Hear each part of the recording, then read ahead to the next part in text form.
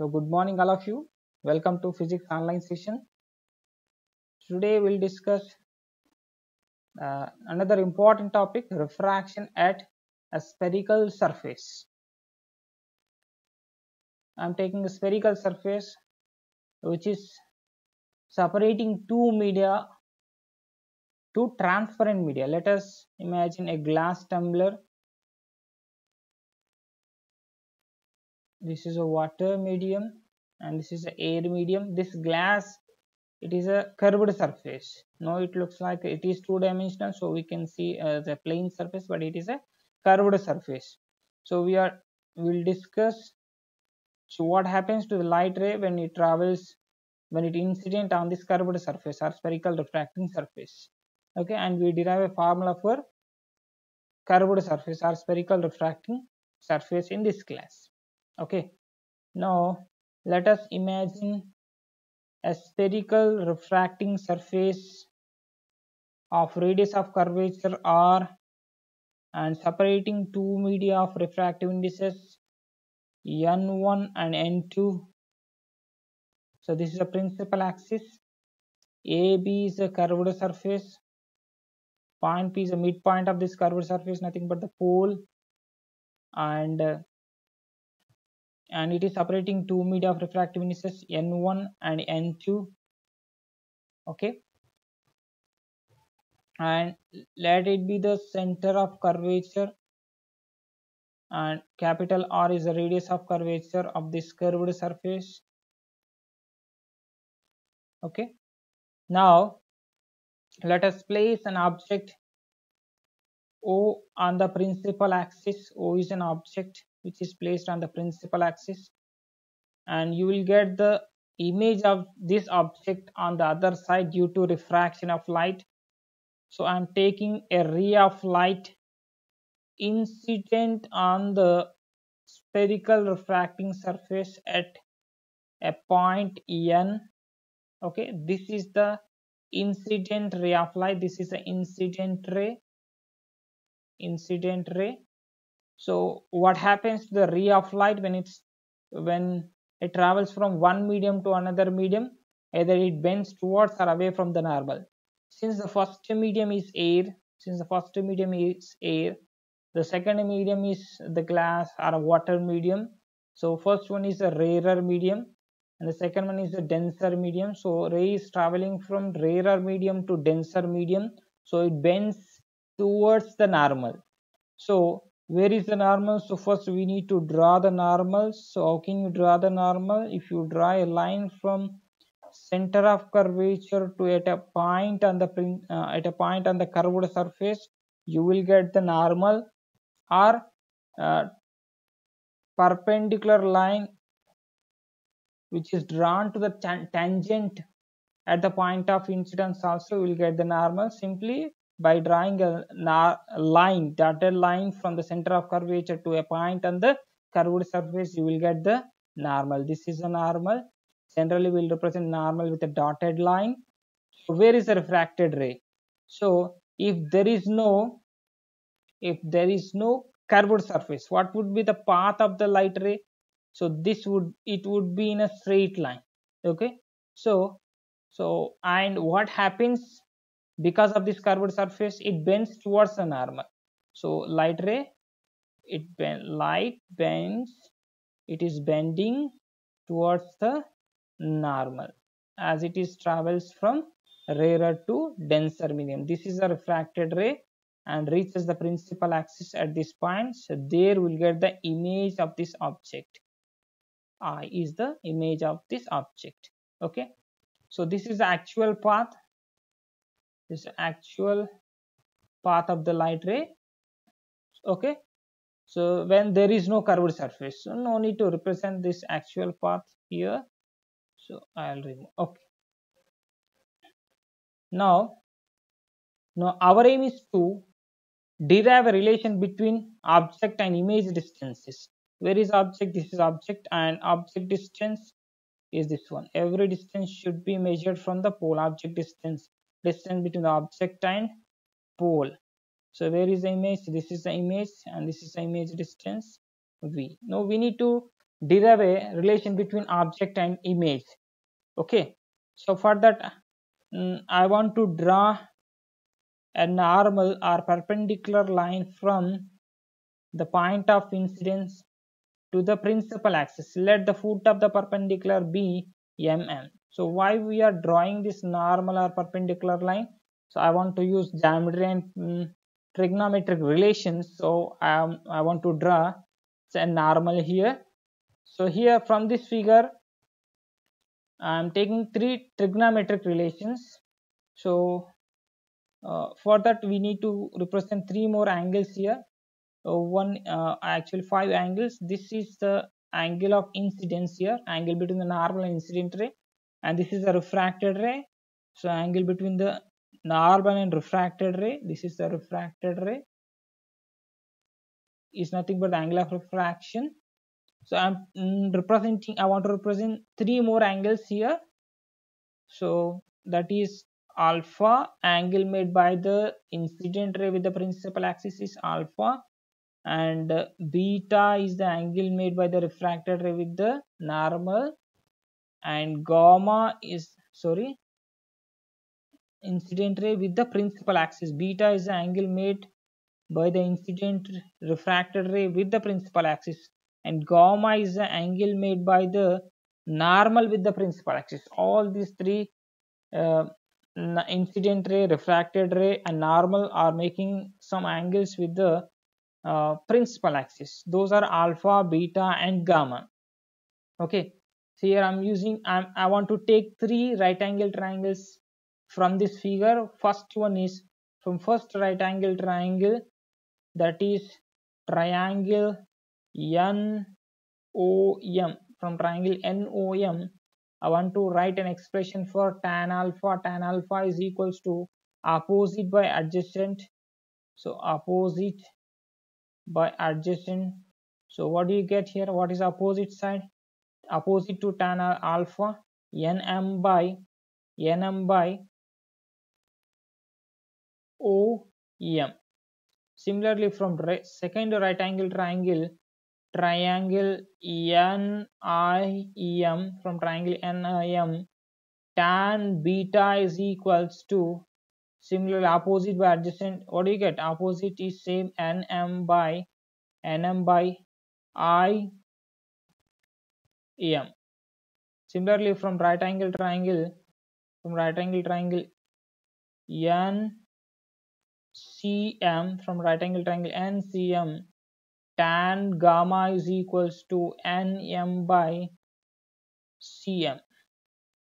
Okay, so I'll use these relations in the next step. So here I want to use one more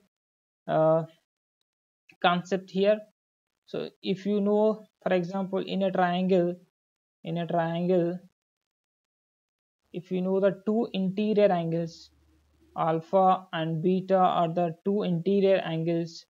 So how can you calculate the exterior angles? So exterior angle is equals to sum of the interior angles. Similar, so how can you write this expression? Gamma is the exterior angle, alpha and beta are the interior angles, so gamma can be written as alpha plus beta. Okay, I use this concept, okay, to derive formula for curved surface. Now I'll remove these expressions. So I want to take two more triangles here, not right angle triangles. One is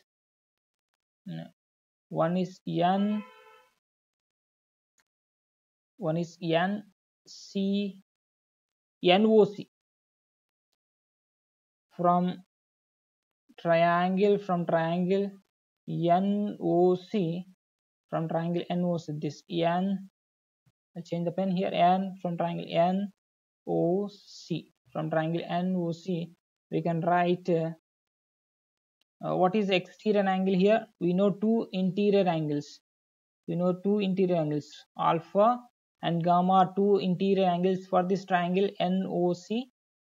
I is the exterior angle, so from the concept we can write exterior angle I is equals to sum of the interior angles. I can written as alpha plus gamma. Okay, let it be equation number 1. Similarly, from another triangle, that will be NIC. This is NIC. This is one more triangle, NIC. In this triangle, we know two interior angles, R and beta are the interior angles, gamma is the exterior angles. So from this we can write what is the exterior angle here. Gamma is the exterior angle, so gamma is equals to R plus beta. Gamma is equals to R plus beta. So I want to rewrite this expression as R is equals to gamma minus beta. I will take this one as equation number 2. Why? Because I need angle of incidence and angle of refraction expressions. So I got two expressions. One is in terms of I and other in terms of R. Okay. So here I use Snell's law to find a relation between object and image distance. Okay. What is the Snell's law? According to Snell's law,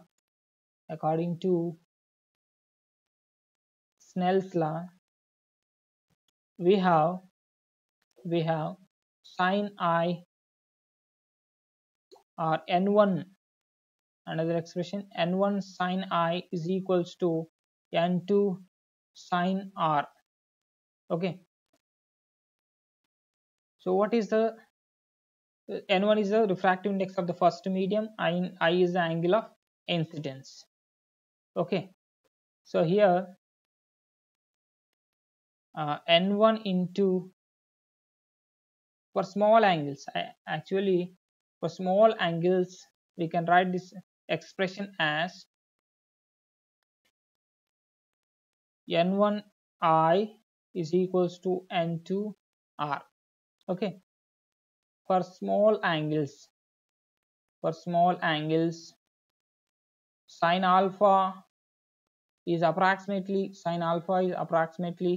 or sine I, because angle of incidence is high, sine I is approximately equals to I, and sine R is approximately equals to R.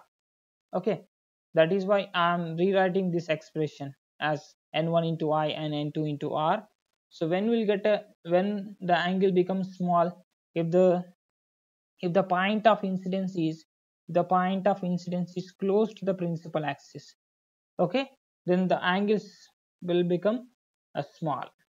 Okay, for that situations only we can approximate n1 sin I as n1I and n2 sin R as n2R.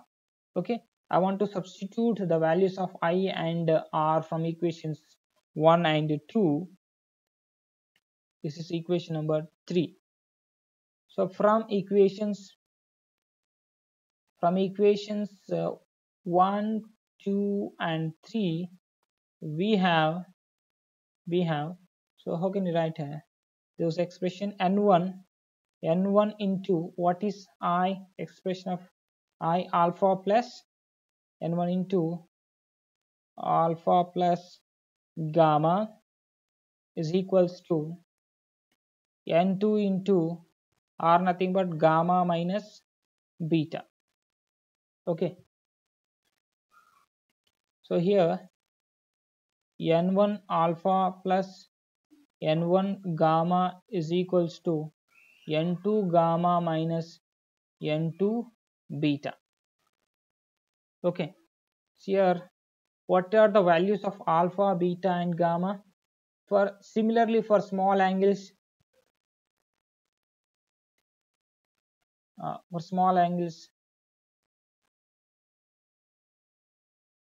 similarly for small angles, tan alpha approximately equals to alpha and tan beta approximately equals to beta and tan gamma approximately equals to gamma. So what are the values of tan alpha, tan beta and tan gamma? Tan alpha is equals to nm by om. So I want to substitute these values in I think it is It is equation number 4. Yes, it is equation, you can take it as equation number 4. In this equation number 4, I will substitute the values of tan alpha, nothing but alpha. So n1 into tan alpha is nm by om, okay, and plus n1 into gamma again nm by, so what is the value of tan gamma? It is nm by cm, nm by cm equals to n2 into gamma, nothing but nm by gamma again nm by cm minus n2 into beta nm by im. Okay, I'm writing these values from the above relations. Okay, so here nm is cancelled on both sides, so nm is cancelled, so we can rewrite this expression as n1 by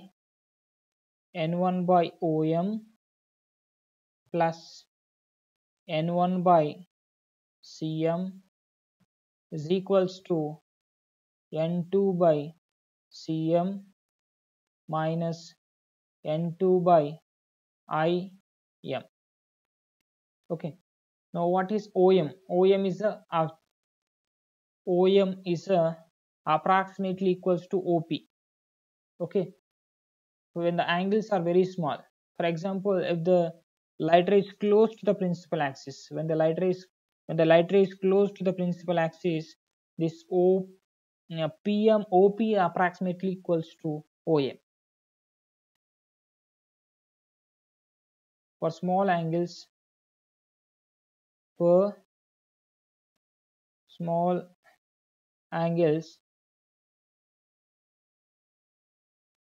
light rays are close to the principal axis. In that situation, OP, sorry, I'll remove it, actually MP,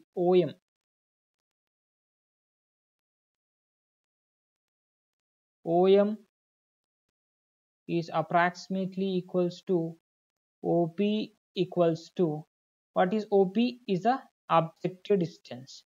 Object is on the left side of this curved surface, and we are measuring opposite to the direction of incident light, so that is why OP, object distance, is taken as negative. By using sign convention, object distance is taken as negative.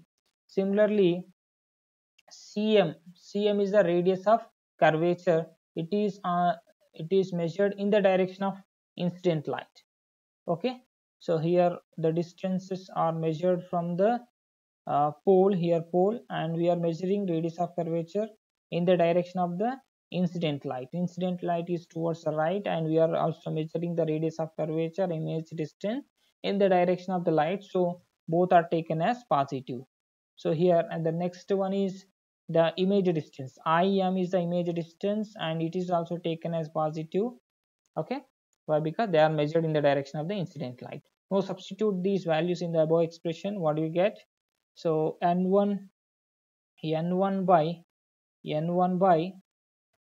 om is nothing but minus u plus n1 by and what is cm? Cm is nothing but the radius of curvature, is equals to r, and n2 by on RHS, n2 by cm again r minus n2 by image distance is plus v.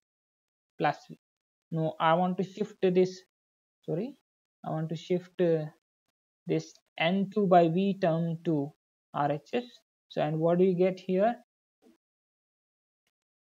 n2 by v minus n1 by u is equals to, I am shifting this n1 by r to RHS. So what do you get?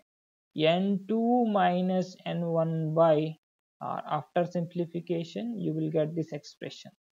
Okay, so this is called this is, let it be equation number 5. This is called formula for curved surface.